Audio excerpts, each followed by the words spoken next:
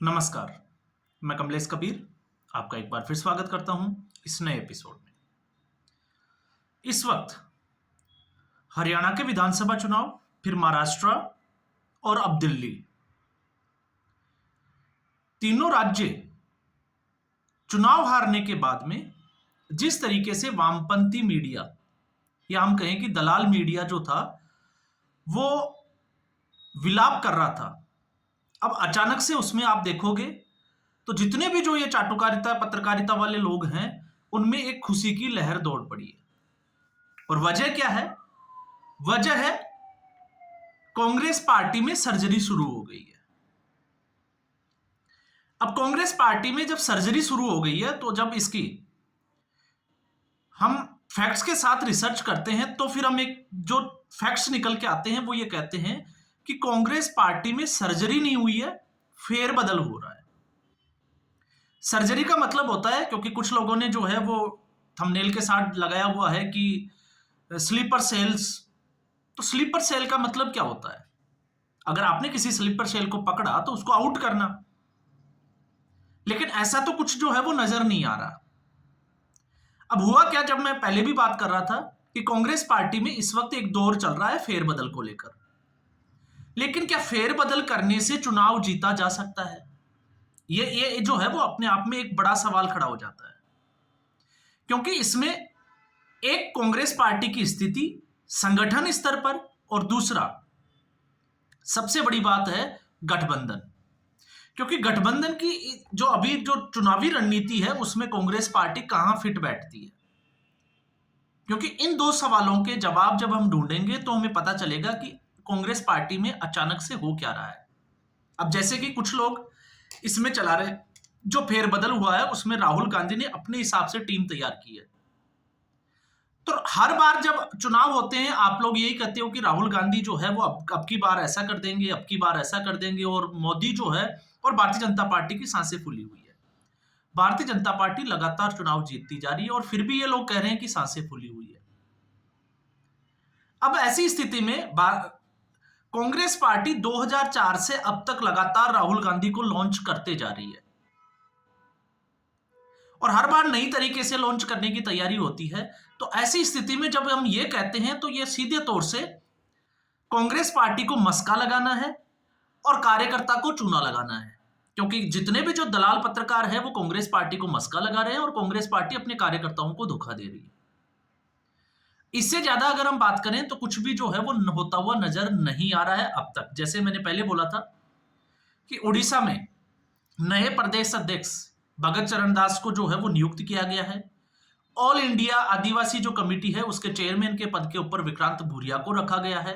तो ये कुछ फेरबदल हुआ है, और आज फिर जो है वो एक नई लिस्ट आई है जिसमें आपको पता होगा राज्यसभा के सांसद नासिर हुसैन, जिनको जम्मू कश्मीर और लद्दाख का महासचिव नियुक्त किया गया है, और साथ में आपको पता होगा भूपेश बघेल जो पहले छत्तीसगढ़ के मुख्यमंत्री भी थे, उनको पंजाब का प्रभारी वो महासचिव नियुक्त किया गया है, क्योंकि 2027 में पंजाब के चुनाव आने वाले हैं।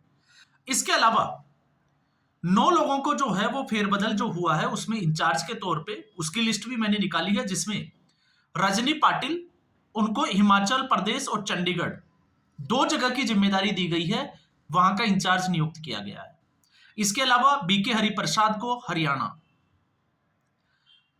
हरीश चौधरी मध्य प्रदेश, गिरीश यहां पे है गिरीश चौडनवर, ऐसे कुछ नाम है जिनको लगाया गया है तमिलनाडु और पुत्तुचेरी। इसके अलावा अजय कुमार लल्लू, इनको ओडिशा, के राजू को झारखंड की कमान दी गई है, मीनाक्षी नटराजन को तेलंगाना, इसके अलावा सप्तगिरी शंकर उलाका को जो है वो मणिपुर, सिक्किम, त्रिपुरा और नागालैंड, जो ईस्टर्न पार्ट है 7 बहनों में से ये 4 जो है वो स्टेट है, उनकी जिम्मेदारी दी गई है, और कृष्णा अल्लूवरू को बिहार की जिम्मेदारी दी है। तो ये फेरबदल जो है वो बड़ा फेरबदल इसमें नजर आ रहा है। लेकिन साथ में जैसे राजीव शुक्ला जो हिमाचल प्रदेश के प्रभारी थे, अब उनको प्रभारी का जो पद था उससे हटा दिया गया है, मुक्त कर दिया गया है। इसके अलावा मोहन प्रकाश जो बिहार के थे उनको बिहार से हटाया गया है। दीपक बावरिया, ये आपको पता होगा क्योंकि हरियाणा के विधानसभा चुनाव में ये हरियाणा के जो है वो प्रभारी के साथ साथ अध्यक्ष भी और अभी भी है, और उन्होंने पेशकश भी की थी कि वो अध्यक्ष पद से इस्तीफा देना चाहते हैं। इसके अलावा देवेंद्र यादव पंजाब, और इस वक्त आपको पता होगा दिल्ली की जिम्मेदारी भी देवेंद्र यादव के पास में ही है। अजय कुमार जिनके पास उड़ीसा था, और भारत सिंह सोलंकी जिनके पास जम्मू एंड कश्मीर था। तो इन लोगों को जो है वो अपने पद से मुक्त किया गया है। अब जब हम बात करते हैं जैसे अशोक वानखेड़े की, तो अशोक वानखेड़े के जो अभी आप चैनल पे देखोगे तो वहां पे सर्जरी चल रही है, स्लीपर सेल्स को हटाने का काम चल रहा है। अब सोच के देखिए कि अशोक वानखेड़े वो व्यक्ति है जो हरियाणा का विधानसभा चुनाव हुआ तो उसमें केसी वेणुगोपाल जो राष्ट्रीय कांग्रेस के महासचिव पद पर नियुक्त है, संगठन महासचिव है, उनके ऊपर एक आरोप लगाया था कि उन्होंने जानबूझकर जो है वो अपनी महिला मित्र को टिकट दिया, और चुनाव में हार का सबसे बड़ा कारण जो था वो केसी वेणुगोपाल था। तो अब भी राहुल गांधी की जो टीम थी, चाहे वो अजय माकन हो, केसी वेणुगोपाल हो, क्या इनको पद से मुक्त किया गया है जो ये लोग कह रहे हैं कि सर्जरी की गई है? तो अब भी कांग्रेस पार्टी की स्थिति वो की वही है। आपने बीच का एक स्तर जो आता है कार्यकर्ता और जो हाईकमान है उसके बीच का, उसमें आपने फेरबदल किया, तो क्या उस फेरबदल के आधार पे हम ये कह सकते हैं कि आने वाले दिनों में चुनाव परिणाम ठीक होगा? अगर कांग्रेस पार्टी कोई फेरबदल करने की जरूरत नहीं थी, अगर वो 14 सीटों पर भी दिल्ली में अगर ढंग से चुनाव लड़ती, जिस तरीके से राहुल गांधी ने सीलमपुर में रैली की थी और उसके बाद में 12 से 13 दिन का गैप दे दिया था, अगर वो गैप नहीं देती कांग्रेस पार्टी और पूरी हाईकमान अगर दिल्ली में होती, तो क्या कांग्रेस पार्टी का वोट शेयर जो है वो 12% से 15% तक नहीं जाता? वो आराम से जा सकता था। तो जब कांग्रेस पार्टी दूसरों के कंधे पे बंदूक रखकर चलाना चाहती है, इनको लगता है कि गठबंधन करने से, मैंने पिछले वीडियो में भी बात की थी जब मैं बिहार की बात कर रहा था, कि गठबंधन करने से कांग्रेस पार्टी की स्थिति में सुधार होगा, लेकिन मुझे लगता है कि गठबंधन की राजनीति करने से कांग्रेस पार्टी को नुकसान ज्यादा हो रहा है। और नुकसान क्यों हो रहा है? क्योंकि जब बिहार में हम चुनावों की बात करते हैं, तो बिहार में जब चुनाव आ रहे हैं तो आरजेडी, जिसकी सोच ये हो गई कि अगर पिछले चुनाव में आरजेडी कांग्रेस पार्टी को 70 सीटें नहीं देती और खुद अगर 30 सीटें और ले लेती या 40 सीटों पे और ज्यादा चुनाव लड़ती, तो शायद उसकी स्थिति मजबूत होती और तेजस्वी यादव आज मुख्यमंत्री होते, क्योंकि कांग्रेस पार्टी 70 में से 19 सीटें जीत पाई।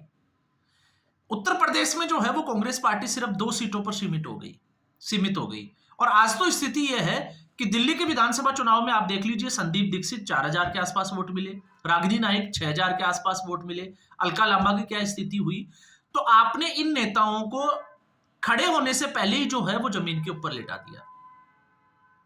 आप इन लोगों के साथ खड़े ही नजर नहीं आ रहे, क्योंकि गठबंधन की आपको राजनीति करनी है सिर्फ और सिर्फ राहुल गांधी को नेता प्रतिपक्ष बनाने के लिए। तो जब एक तरफ ये कहते हैं कि स्लीपर सेल्स को जो है वो अब संघी जो है इनको, क्योंकि जिनको कांग्रेस पार्टी ने पद से मुक्त कर दिया, इनको पार्टी से निकाला नहीं है, तो जब पार्टी से निकाला ही नहीं है तो एक्शन कैसा हुआ?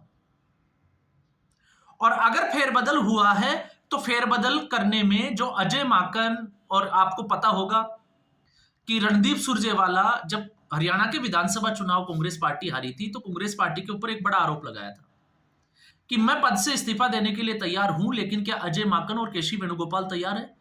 क्यों?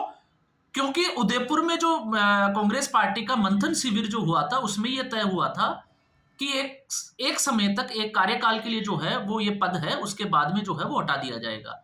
लेकिन उनको जो है वो उस कार्यकाल से भी ज्यादा समय हो गया अपने पद पे बने रहने। और जब केसी वेणुगोपाल संगठन महासचिव है, तो फिर कांग्रेस पार्टी का संगठन दिल्ली में भी मजबूत क्यों नहीं हुआ? क्योंकि दिल्ली में कांग्रेस पार्टी के सभी सांसद रहते हैं।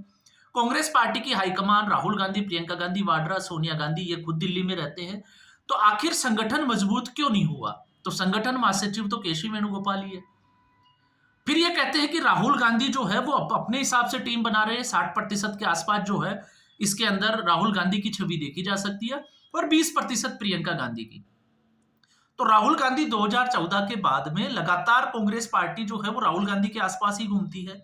आपने देखा मल्लिकार्जुन खड़गे को जब भी कोई प्रेस कॉन्फ्रेंस या कुछ भी होती है, तो क्या मल्लिकार्जुन खड़गे राहुल गांधी की जो लाइन है उसको क्रॉस करके कुछ बोलते हैं? अभी तक तो ऐसा नजर नहीं आ रहा। तो फिर ये लोग किस आधार पे ये कह रहे हैं कि कांग्रेस पार्टी में सर्जरी हो रही है? तो कुछ पल के लिए इनको एक मसाला जरूर मिल गया कि कांग्रेस पार्टी में अब कुछ जो है वो बहुत बड़ा बदलाव देखने को मिलेगा और उस बदलाव के बाद कांग्रेस पार्टी जीत जाएगी।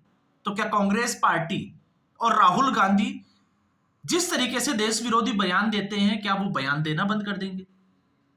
जिस तरीके से कांग्रेस पार्टी की राहुल गांधी ने छवि हिंदू विरोधी के रूप में कर दी, चाहे वो मल्लिकार्जुन खड़गे हो, बड़े नेता जिस तरीके के स्टेटमेंट देते हैं, क्या उसमें कोई बदलाव देखने को मिलेगा?